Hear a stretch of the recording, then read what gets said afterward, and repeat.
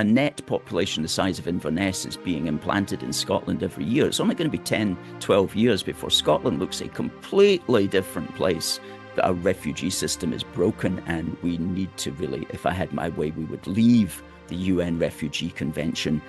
Yes, there are some people in Scotland who are anti-English per se, but I would say that even in the SNP itself, that's probably a minority, really. Ended the power of the SNP. Humza Yousaf took over, a man that not many people could love. Hi everybody, and welcome back to Nick Talks. This episode's amazing guest is a gentleman who was recommended to me by that Preston journalist, and it's Alistair McConaughey from an organisation called A Force for Good. Alistair, thanks for coming along. Nick, thank you very much for having me on your show. You've got a great YouTube channel, and I'm very pleased to see that it's got so many viewers and it takes off so well. So yes, a great pleasure to be on the show today with you. Thank you for the kind words and come along. It's always great when someone recommends somebody else. So I'm always open for viewers and subscribers to contact me and go, have you thought about interviewing this person? Obviously, don't go too crazy. Don't say like Douglas Murray, people like that. I'm too small for them, but people along my level, you know, just normal people who've got a YouTube channel or whatever, they're more likely to come on. I'm not going to get Jordan Peterson on my channel at the moment, but I'd love to get those people on, but that's not going to happen. Do you know, it's people like ourselves that have got grassroots wisdom. I think some of these big names, they get so big that, well, and many of us have heard it all before anyway. So it's great to be able to reach out to the other voices that are throughout our country. No, absolutely. Great to see that union flag behind you. And it says A Force for Good on it. That's your organisation. Can you tell me a little bit about your organisation? Absolutely. Well, we were formed back over 13 years ago in March 2012, which was almost 2 years out from the Scottish separation referendum of September 2014. And we were formed because there was simply nobody else in Scotland at the time who was campaigning to keep the UK together, because David Cameron had announced that he was going to hold a referendum in January 2012. And a couple of months passed and nothing was happening.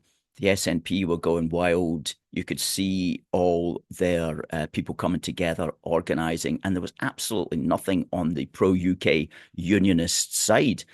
And worse than that, most of us who were pro-UK didn't even know each other, because when you think about it, the SNP and the people who were wanting to break away, they had been doing this for years and years and years. Sometimes it was in their entire life, for 25 years, 50 years. They had networks built up. Us folk who loved the United Kingdom, we were just like normal people. We weren't connected with any pro-UK organisation that's focus was on keeping the UK together. So all of that was just completely new to us. Even though our hearts were there, it's not something we ever thought we had to organise upon and do something about. And so we had basically had to begin from the beginning. And our group was the very first group in Scotland to start up, and then it was followed by one or two other small groups, and then it was followed by the official Better Together campaign, which was a group organised through the political parties. So that's where we began, and we've been here ever since. It's my full-time occupation. We have a small team of people who keep us going on all the social media platforms: Facebook, Instagram, YouTube, Twitter, TikTok, Rumble even. Yeah. If you send me the information on all your social media, I'll put it all in the description of the video so people can go straight into it and then they can subscribe to your channels. Oh, that would be fantastic. Thank you very much. I'll definitely do that. So we've been doing that. We post daily across all of these platforms, and we also do physical activism in the streets. And I think that's marked us out as unusual here in Scotland, because while there are one or two other smaller pro-UK groups, we are the most well-known for our colourful activism on the street. And since, well, the referendum was in 2014, then the Brexit referendum was in 2016, and then since since the Nicola Sturgeon debacle, the SNP have been really kind of on the back foot. The question of breaking away from the UK hasn't been so front and center as it had been. Humza Yousaf came along. He didn't do a very good job of it. And John Swinney is now the leader. And they're worried about what's going to happen next year, because next year on the 7th of May, 2026, is the Holyrood elections. And if you had asked us a year ago how that was going to go, most people would say, oh, Labour's going to get in there, no problem. But that was before we had the little event known as Keir Starmer, who has not exactly set the woods on fire. And the thing with Scotland is Scotland responds to whatever is happening at Westminster. So if people in Scotland are happy with what's happening in Westminster, the union's usually good. If they're not happy with what's happening at Westminster, then the SNP feed off that negative energy and the SNP rise in the polls again. So at the moment, people tend not to be that impressed with Keir Starmer. So Labour, who were hoping to be the next, to get in as the next administration at Holyrood, that's no longer certain at all. People are talking about hung parliament. The other very interesting thing in the mix, of course, here in Scotland is the Reform Party. And because of the way that the voting system works in Scotland as well, because of we get 2 votes and because of proportional representation, there is a very, very real chance of Reform getting a surprising number of MSPs via the proportional representation system, if the polls are to be believed.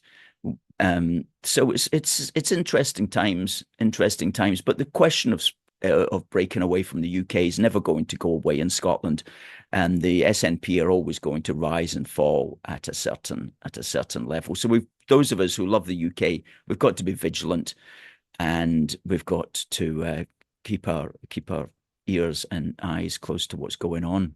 Yeah, let's jump back to that referendum. That referendum changed my opinion of Scotland and of the Union. Up to that referendum, I was 100% behind the Union. The referendum made me question that, and the reason why it made me question that was all of the anti-English sentiments flooding out of Scotland by only a percentage of the people. I love speaking to people like you and Craig Houston and other Scottish people who are unionists, because it makes me go, I need to change my opinion again here. I've allowed idiots in Scotland to push me in the wrong direction.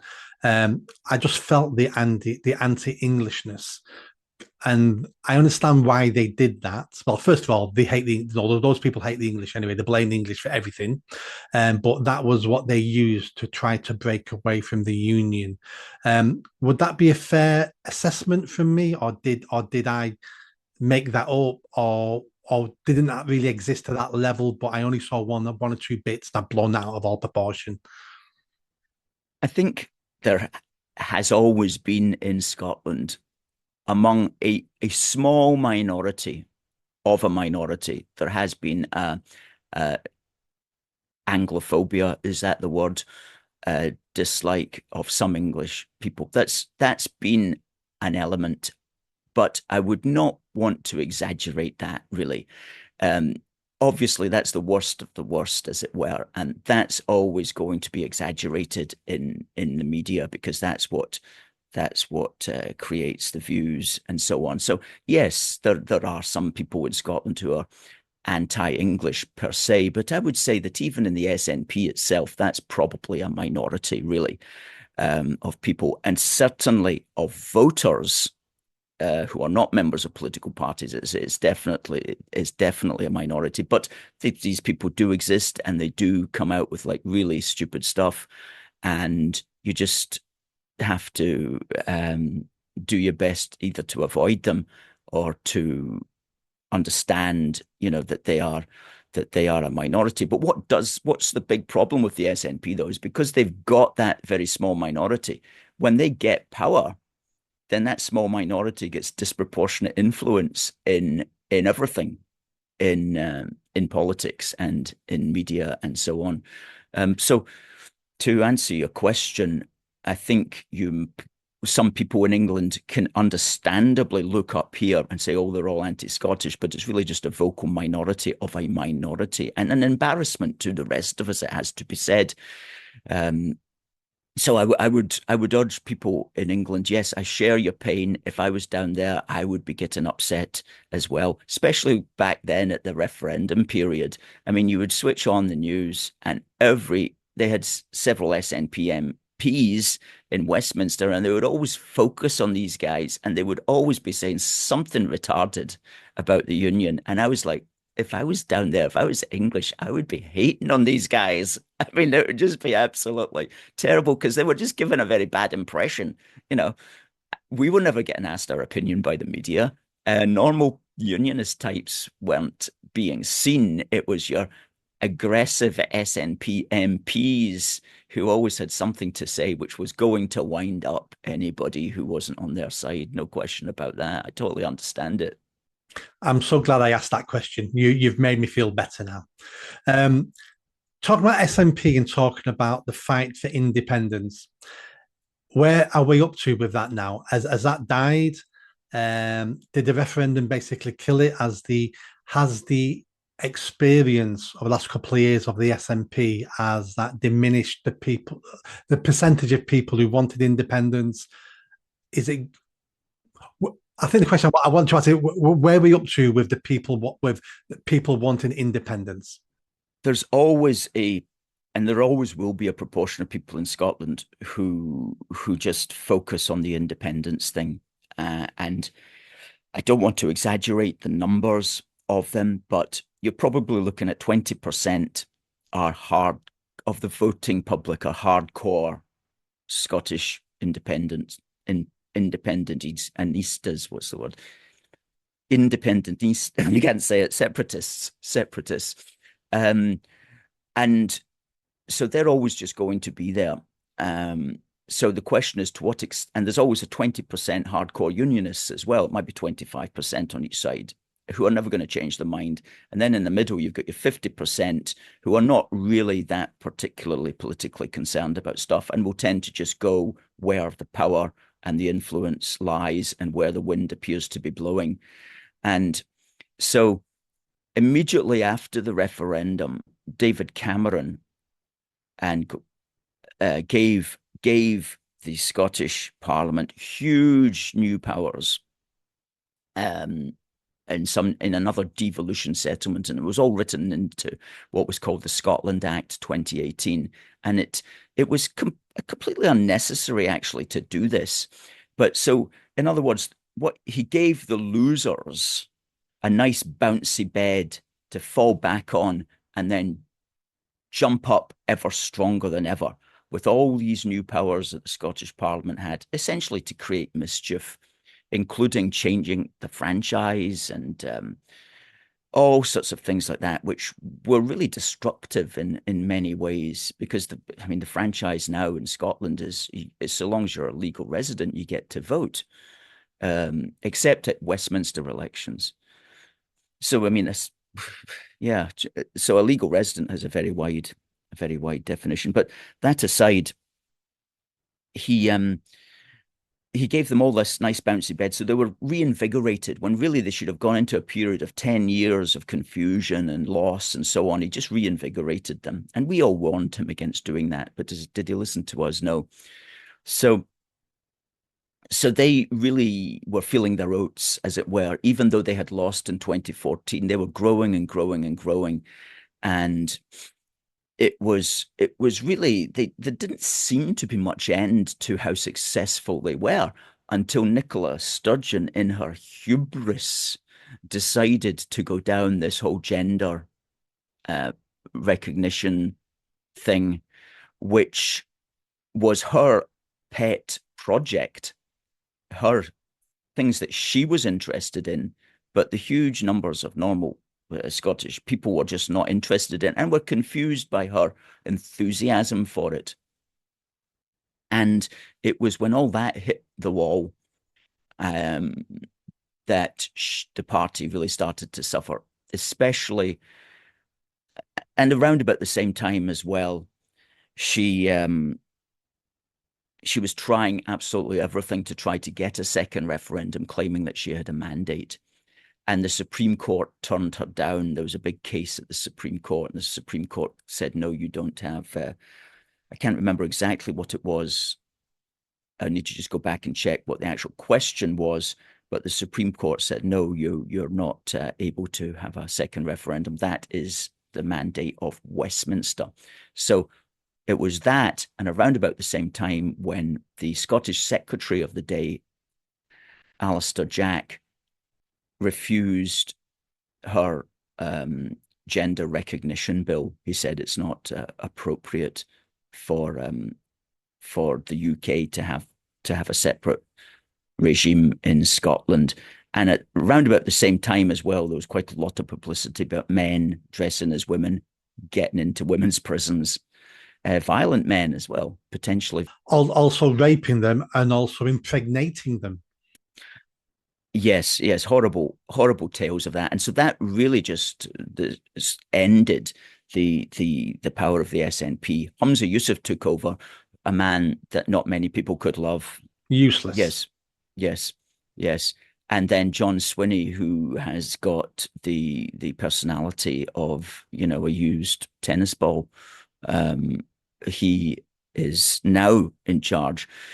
So thankfully, they were on an upward trajectory, and they've been on a downward trajectory ever since. And it just depends how bad Labour are going to be in Scotland, whether the SNP can pull out another victory. But even if they did, I think they would have trouble in arguing for another referendum, because there is a sort of feeling that we've been there and done that, and we've tried it, and we're all sick of it. Even I think among many of the SNP people, apart from the hardcore, like the 20% we would want a referendum tomorrow if they could. But among that 50% floating voters there in the middle, I don't think people are really up for that again. I mean, especially with the rest of the things going on in the country, especially with the mass immigration that we're seeing, the mass asylum seeking, the cost of food and rent and energy and so on, all of that stuff going on. The last thing that we want is going through all of that again. But it's always a danger. It's always a danger. So we're always up for it. One of the good things that 2012, rather the 2014 referendum did do is it did get people thinking up here in Scotland about the union. I said at the start of the programme there that most of us hadn't really given any thought to it. We knew we liked being part of the UK, but we weren't about to go about making arguments about why it was a good thing. Whereas the SNP had been for the last 50 years making arguments about why it was a bad thing. So we have been able to get our act together, as it were, and we're in a much stronger position now than we were back in 2014. As far as ideology, organization, networking, and so on is concerned. Yeah. Before we move on to John Swinney, I want to go back to Nicola Sturgeon, because I don't know about you, and because you're more involved in Scottish politics, you may have seen it coming, but I don't know anyone who saw the fall of Nicola Sturgeon coming. It seemed to happen so fast. One moment she was being portrayed as the most formidable politician in Europe. She ran her party with a hand of steel. She was competent. She knew what she was told. You might disagree with her policies, but she was competent. She was fantastic as a politician. And she got involved with agenda nonsense, and bang, bang, bang, she was gone overnight. And no one here I know saw that coming. Did you see that coming? To be frank with you, no, we didn't see it coming either. And just like a month or two before it all happened, I mean, some of us were like, what's going to happen here in Scotland? Because, we're going to have this Holyrood election in 2026. And, that if they continue at this upward trajectory, that's going to be absolutely crazy and so on. And then, as you say, just in a matter of a few weeks, really, it just all came crashing down. And I guess the lesson there is, if you're a politician at the top of the tree, you mustn't get too confident. and you mustn't indulge yourself with some of your fringe theories that you might believe in. If you try to force them onto the mainstream is not going to be able to handle it. So the lesson is don't be taken down by your own hubris. But you could see why that would happen, because she was totally at the top, as you said, at the top of her game. And so she would think she's invincible. And then these two things came along, the GGR bill and then the Supreme Court around about the same time, and all of that, just it was too much for her. And another thing that had been bugging her as well was the never-ending question about the missing money, the missing funds as well. And so that probably took a toll upon her mental health, maybe even her ability to make informed decisions as well.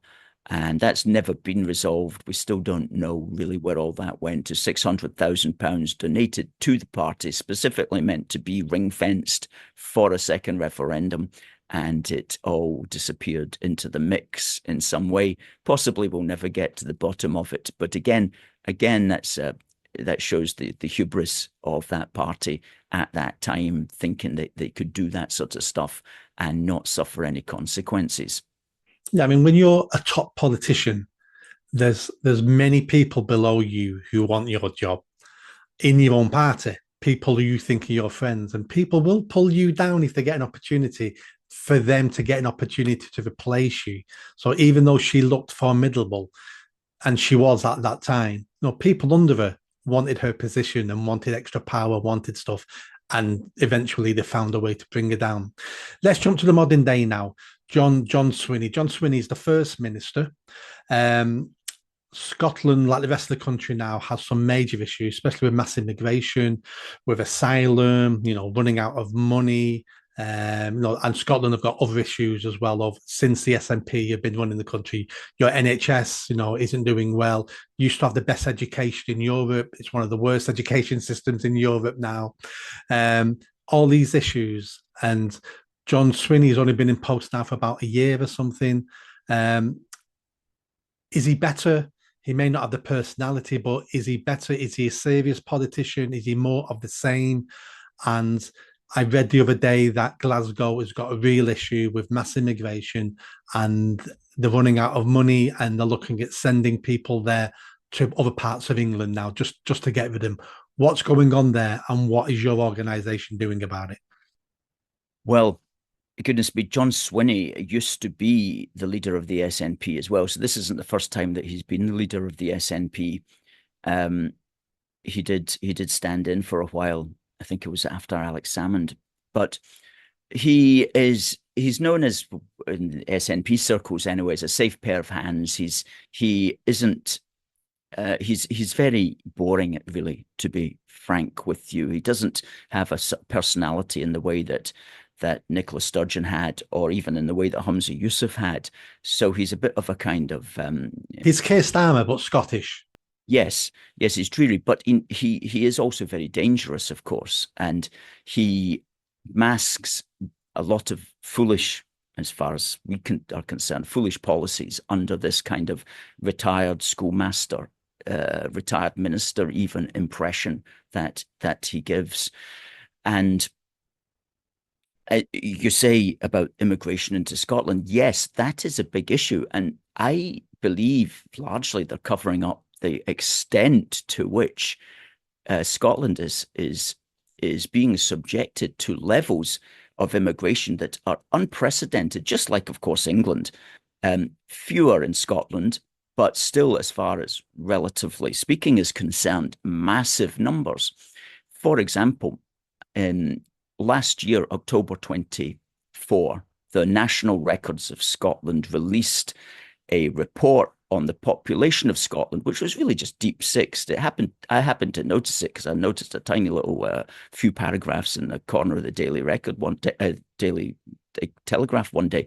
So I went looking, and in the last year for which we have details, which is from June 22 to June 23, that 12-month period, 83,000 immigrants long-term came into Scotland in that 12-month period. Now, to put that into perspective, that's more than live in the town of Paisley, which is Scotland's 5th largest place. So, in other words, in that 12-month period, a population larger than Scotland's 5th largest town came in long term from abroad into Scotland. Now, there were people leaving as well. So the net, if you want to look at that figure, still 47,000. And that's exactly the population of Inverness.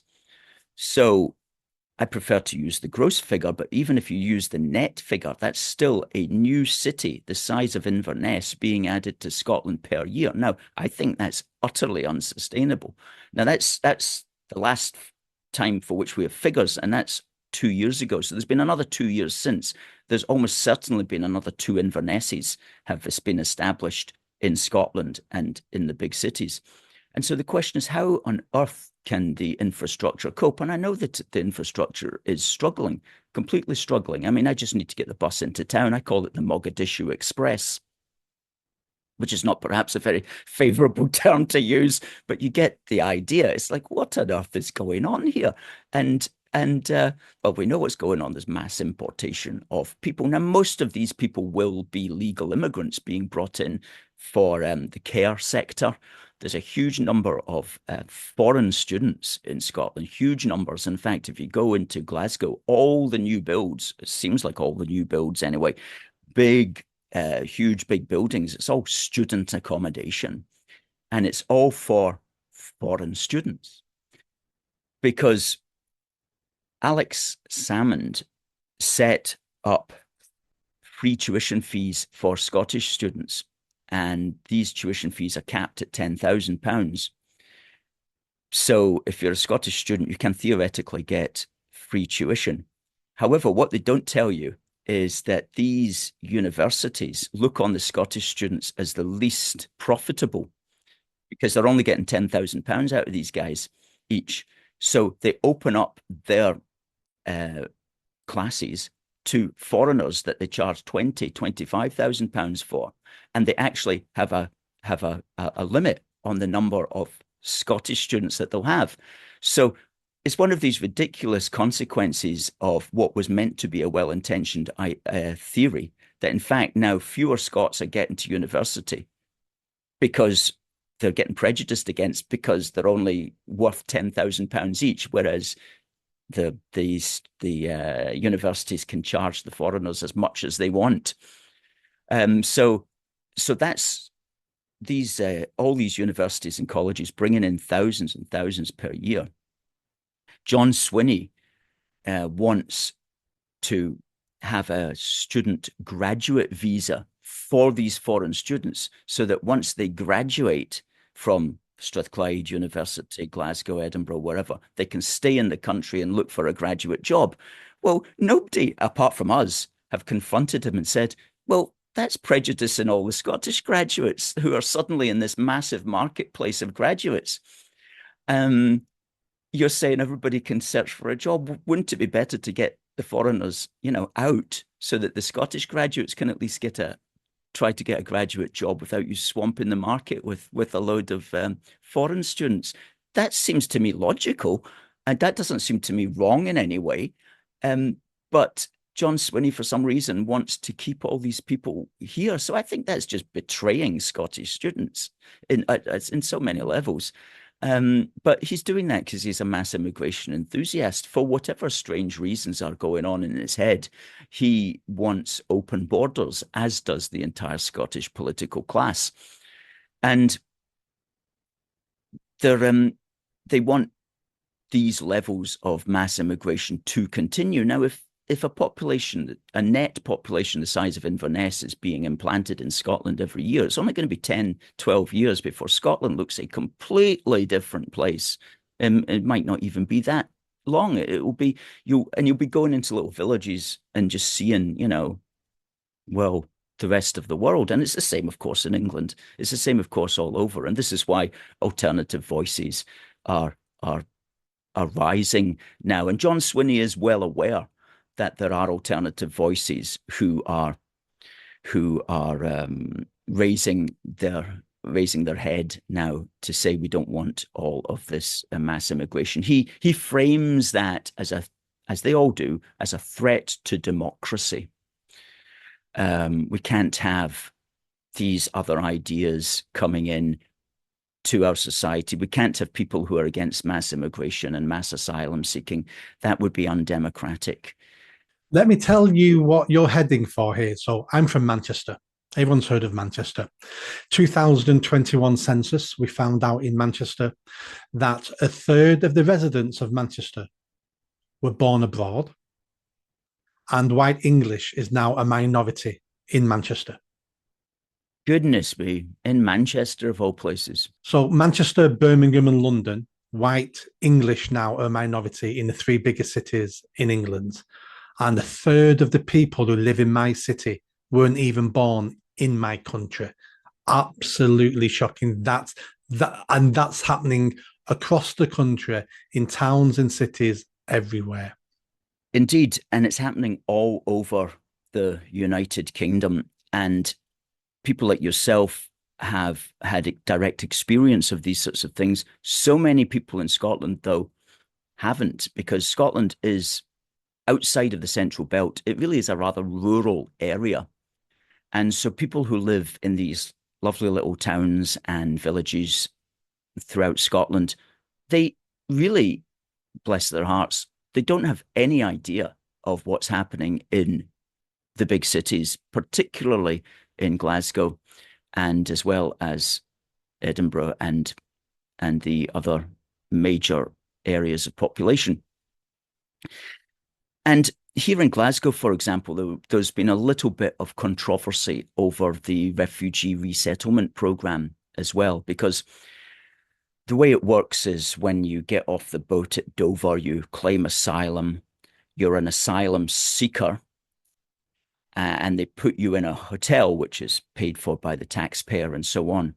But once your asylum claim goes through the system, if you get considered to be a genuine refugee, then you get given refugee leave to remain, permission to remain for 5 years.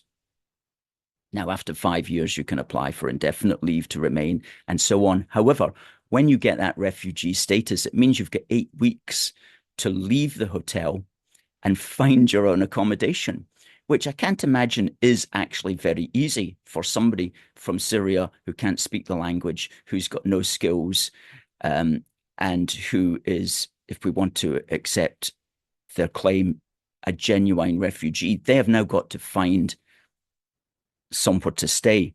However, the way it works, and because we're a member of the UN Refugee Convention, as soon as we give them refugee status, we have to treat them as if they were British citizens.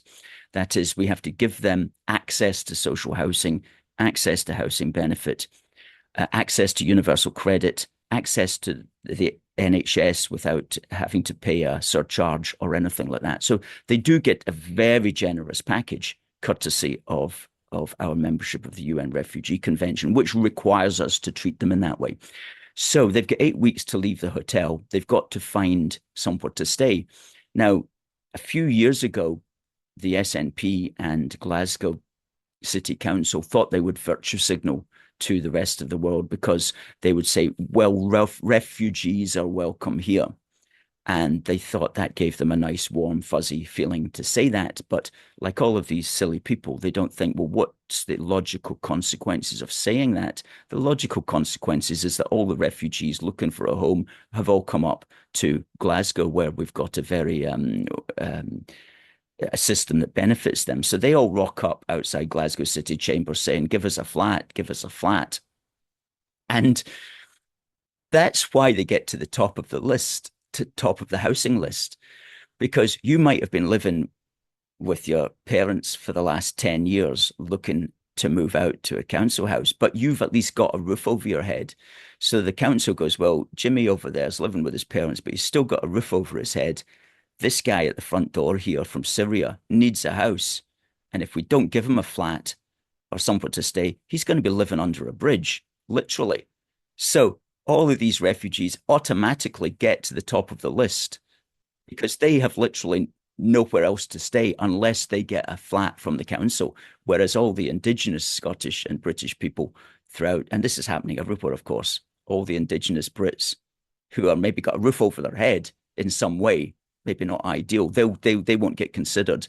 It will always be the person that's going to be either that's going to be homeless if he doesn't get a roof over his head. And that's the never-ending thousands of refugee males who are leaving these hotels every month.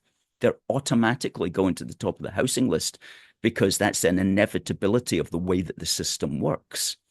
And so it's another reason why our refugee system is broken, and we need to really, if I had my way, we would leave the UN Refugee Convention, and we would basically say we're not taking any more people on this program anymore. And that would also allow us to criminalize the people who come across the English Channel, because many people say, well, they're entering illegally. And in normal circumstances, it would appear that they would be entering illegally. But under our membership of the UN Refugee Convention, it's actually a legal method. If you're claiming refugee status, if you're claiming asylum, you can, in fact, legally enter the country any way you want. You could come off the back of a lorry and you could say, I'm claiming asylum. The system will consider that a form of legal entry, legal under the UN Refugee Convention. However, if we come out of the UN Refugee Convention, we can go back to how that should always have been, which is if you come into our country on a bus or on a dinghy, you're breaking the law, you're going to prison. And that would stop the Channel crossers within a couple of weeks. It's like we've taken them off the boats, we're fast tracking them through the court system. Keir Starmer has shown us apparently how easy it is to fast track people that he wants to put in prison. So we would be able to put them in prison, and we wouldn't have to put many in prison, and we wouldn't have to do it for very long until the rest of them got the message. And that's what a serious government would do. It's even worse than what you've just explained, because what people don't realize is once you've got indefinite leave to remain, you then can invite your family over as well. Up to like 8-10 members of your family are then entitled to come over as well.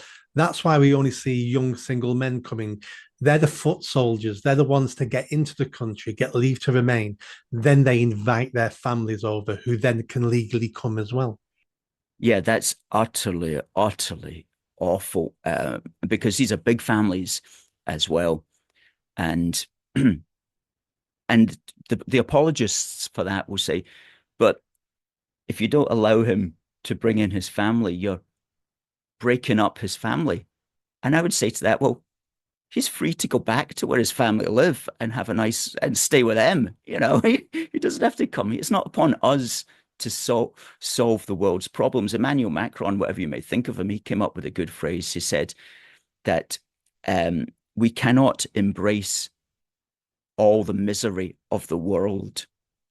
And our refugee system is set up that we have got to embrace all the misery of the world. It's apparently all on our shoulders that we've got to embrace this and deal with it. Well, we can't embrace all the world's misery, and we shouldn't.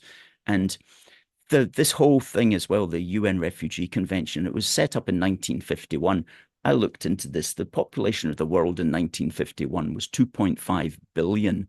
It's now well over 8 billion official figures.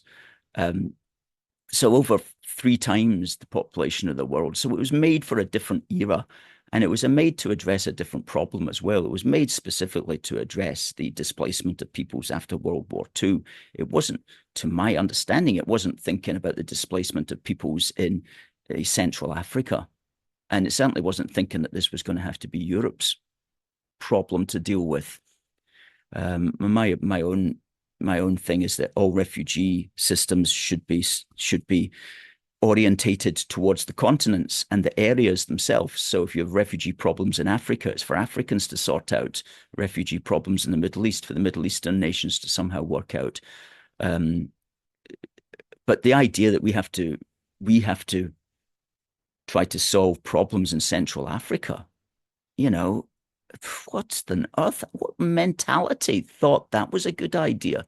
But that's the mentality that the John Swinneys of this world, the Keir Starmers of this world, they're still stuck in that. They've grown up their entire lives with all of these globalist conventions regulating their minds, their politics, their way of life. And when people start to actually challenge that, then they do definitely get worried because they can literally see their worldview beginning to be questioned and beginning to crumble. And in fact, John Swinney held a conference on that very matter just a couple of days ago.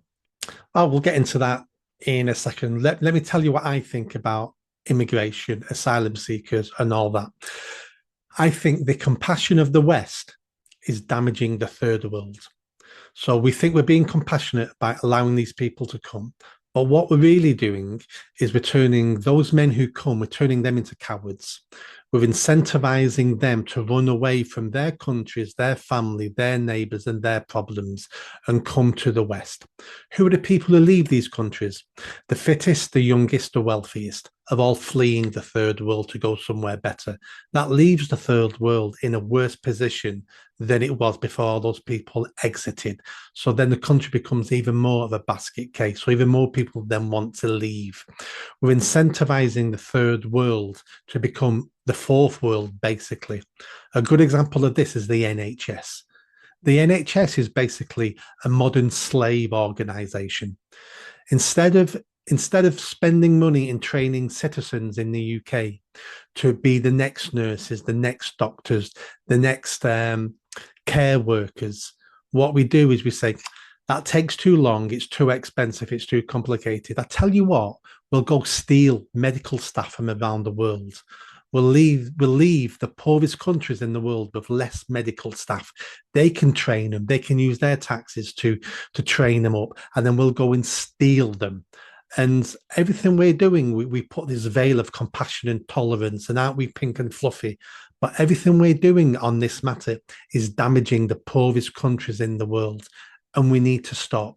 We need to, America now has MAGA, Make America Great Again. We need something for this country where the Scottish government puts Scottish people first, where the British government puts British people first.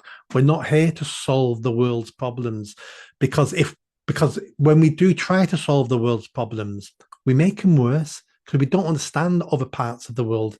And we need to, I'm not saying we should walk away from the rest of the world, but we need to let other countries figure out how they want to live and how they want to govern themselves. It's for those people to go on that journey to develop a better country. It's not for us. Absolutely, 100%. Yes, 100% agree with everything that you said there. Let's jump to John Swinney had a conference the other day. Tell us about that. Well, that was on Wednesday, Wednesday the 23rd. John Swinney had a summit which was ostensibly called to address the rise of the quote unquote far right in Scotland. Always bloody far right. Yes, yes. But from what we could see, John Swinney defines far right as simply anybody who doesn't agree with John Swinney. Of course. And he was able to bring together a summit of what he loves to call Scottish civil society, which is not people like me, it's people that depend upon the largesse of John Swinney and the SNP executive to continue to pay for their non-jobs in the NGO sector and in the charity sector. And in other words, the people who suck off the teat of the SNP executive, they were the people that he loves to call Scottish civil society. And there was 50 of them. They managed to scrape together 50 of them, apparently, the great and the good, for a 4-hour conference. So I don't know how much they could really get through in 4 hours, other than to say they were very concerned about the rise in Scotland of anti-democratic forces.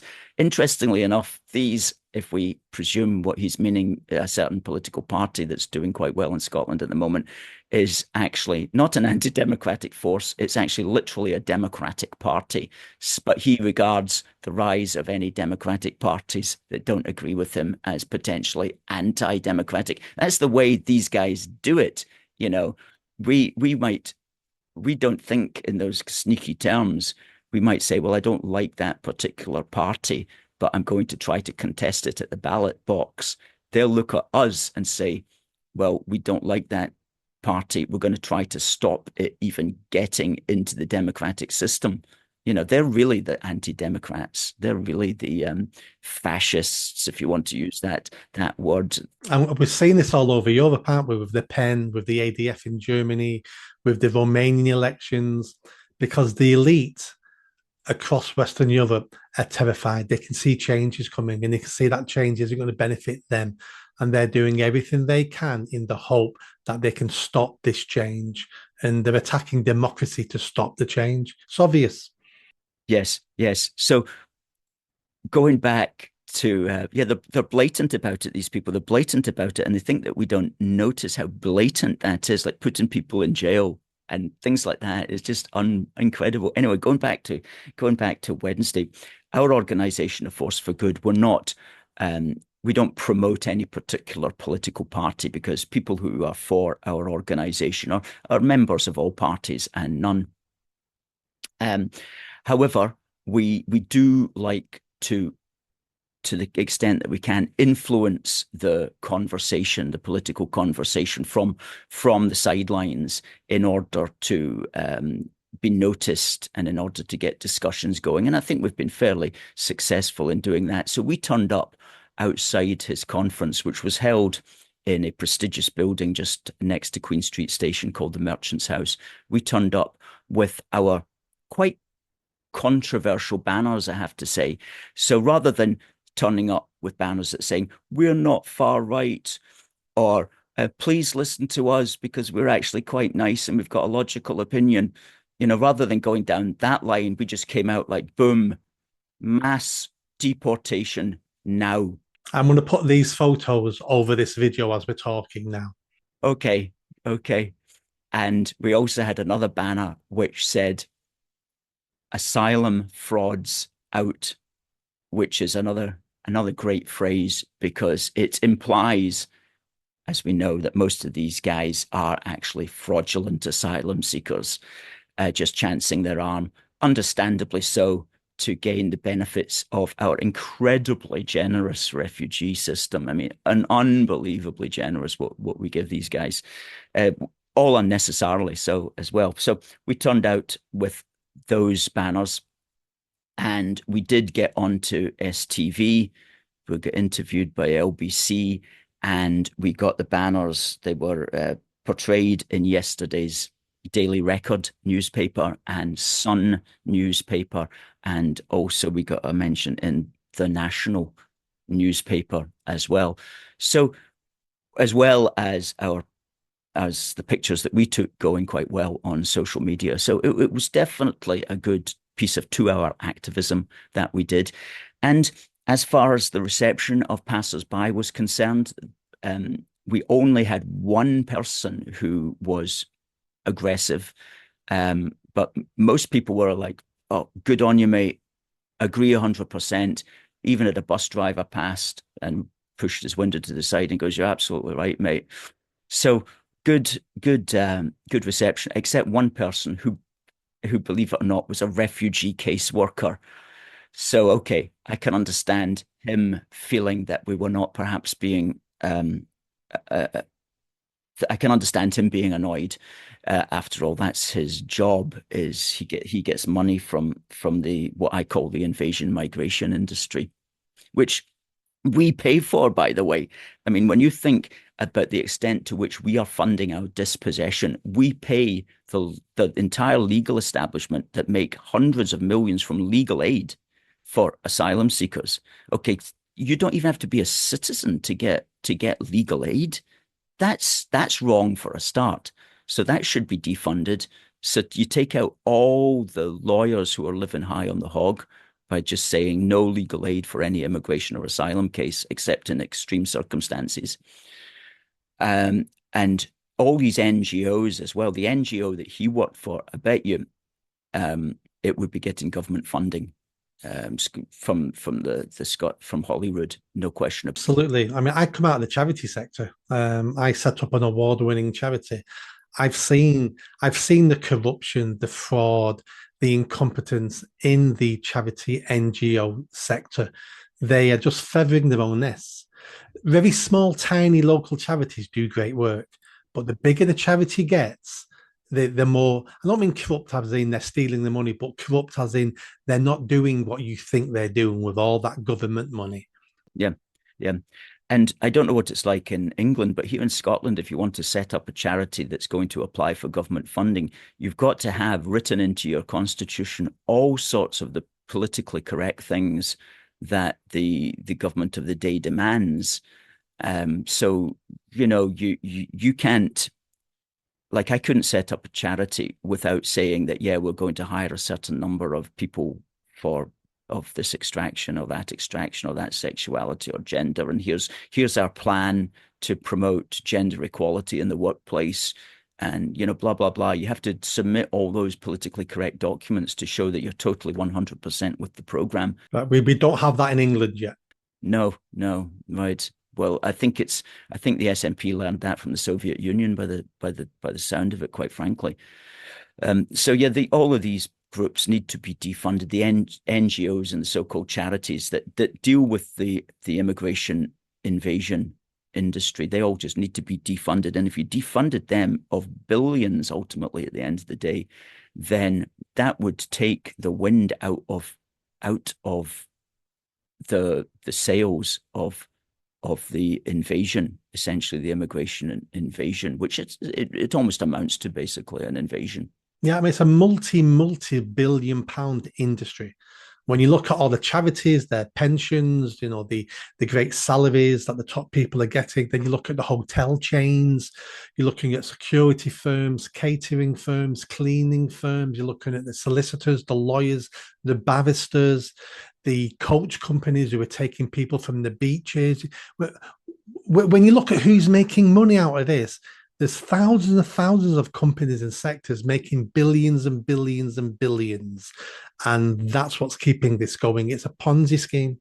If you're in it at the moment, you're making money, but eventually it will collapse upon itself and then no one will make any money out of it. But at the moment, they're ripping us all off. Yes, yes, that's well said. That's when you look at it to that level, just even right down to the coach companies. That's correct, and the cleaners and so on, absolutely ripping us off. Absolutely crazy. Did anybody who attended the conference speak to you outside? Did you see John Swinney or anyone like that? No, no, they had all snuck in much earlier. So no, we weren't able to confront anybody.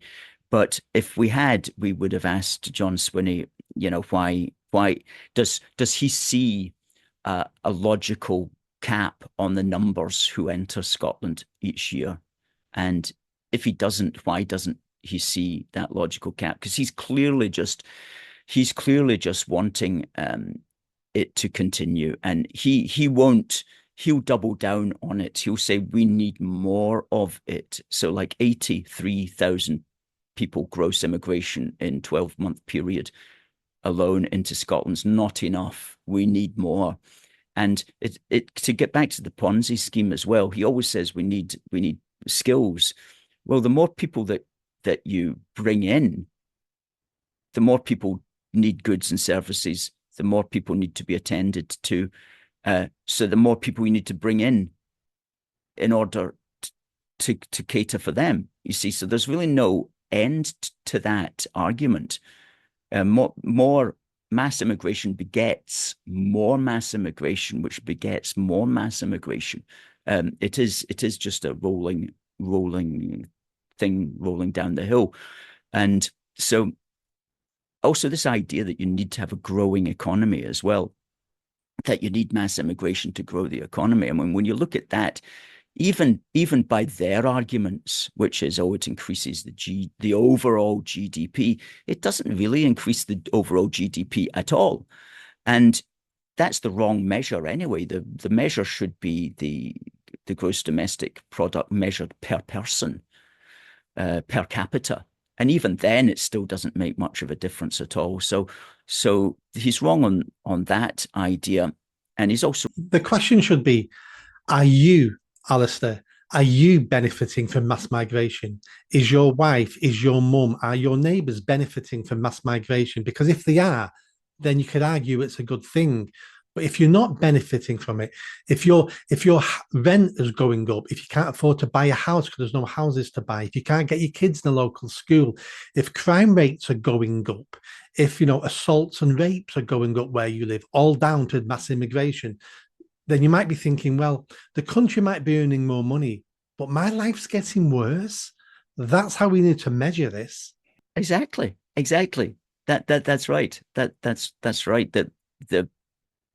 And even if you say that, even if you were getting more money coming in, if you can't step outside without getting mugged or run over by a Deliveroo guy driving his bike on the pavement, then it's your quality of life is tanking. I'd quite happily take some less money for a greater quality of life outside.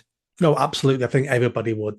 I think the silver lining to this, so let's end on this a little bit now, is I think the SNP will probably change their ways.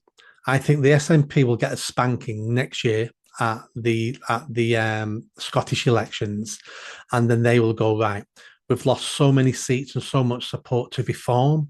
We've lost some to Labour, and they're talking about immigration and And the SNP's only focus, really, as you know, is independence. And I think they will, and I think many parties across the West will start doing this. They're going to have to look at mass immigration because the people have had enough. And the one thing I can guarantee a politician will do is swap policies to stay in power, because every politician only cares about the next election. And if they get a spanking next year, I can see them changing. Yes. I think that could definitely be happening. I mean, we're seeing little elements of it at the moment. Glasgow City Council a couple of weeks ago, the man in charge of finding homes for all of these people, an SNP councillor, he said the situation in Glasgow is quote unquote utterly untenable. Now that's powerful words coming from somebody whose party loves even more immigration. So he's saying it's utterly untenable, the numbers that are coming in asking for homes, which Glasgow City Council doesn't even have, even if it wanted to give to them. So the pressures are going to build up. And I mean, I don't vote for the Scottish National Party, but I would imagine that there's going to be Scots who do, who, well, I know for a fact, who don't want mass immigration either, even if the political leaders of the party want it. There's a lot of your voters who are not wanting it and who are not going to vote SNP as well. And then, because of the nature of the Scottish electoral system, as you mentioned there, there is a strong chance that Reform could get, well, there's 129 MSPs in the Parliament. Reform, I saw one poll that said they could get 14 MSPs in on the proportional representation vote, which could be more than the Tories even get. It will certainly be more than the Lib Dems get. It'll probably be more than the Green Party gets. So, it's going to become a major player. So that immigration restriction voice is going to be heard. I'm hoping, if they get the right candidates in a serious way, in a loud way, and in a way that's bound to affect not just the political conversation in Scotland, but ultimately carry over as well to the rest of the United Kingdom, because we are intimately bound here. And so politics in Scotland will affect politics in England, just as it happens the other way. So that's a bit of silver lining that could be coming down the line next year. Yeah, I think change is coming. Change is coming to the Western world. What it will look like, who knows? but I can guarantee big change is coming. Um, and and then we'll have to deal with the change one way or the other. Alistair, thank you so much for coming on.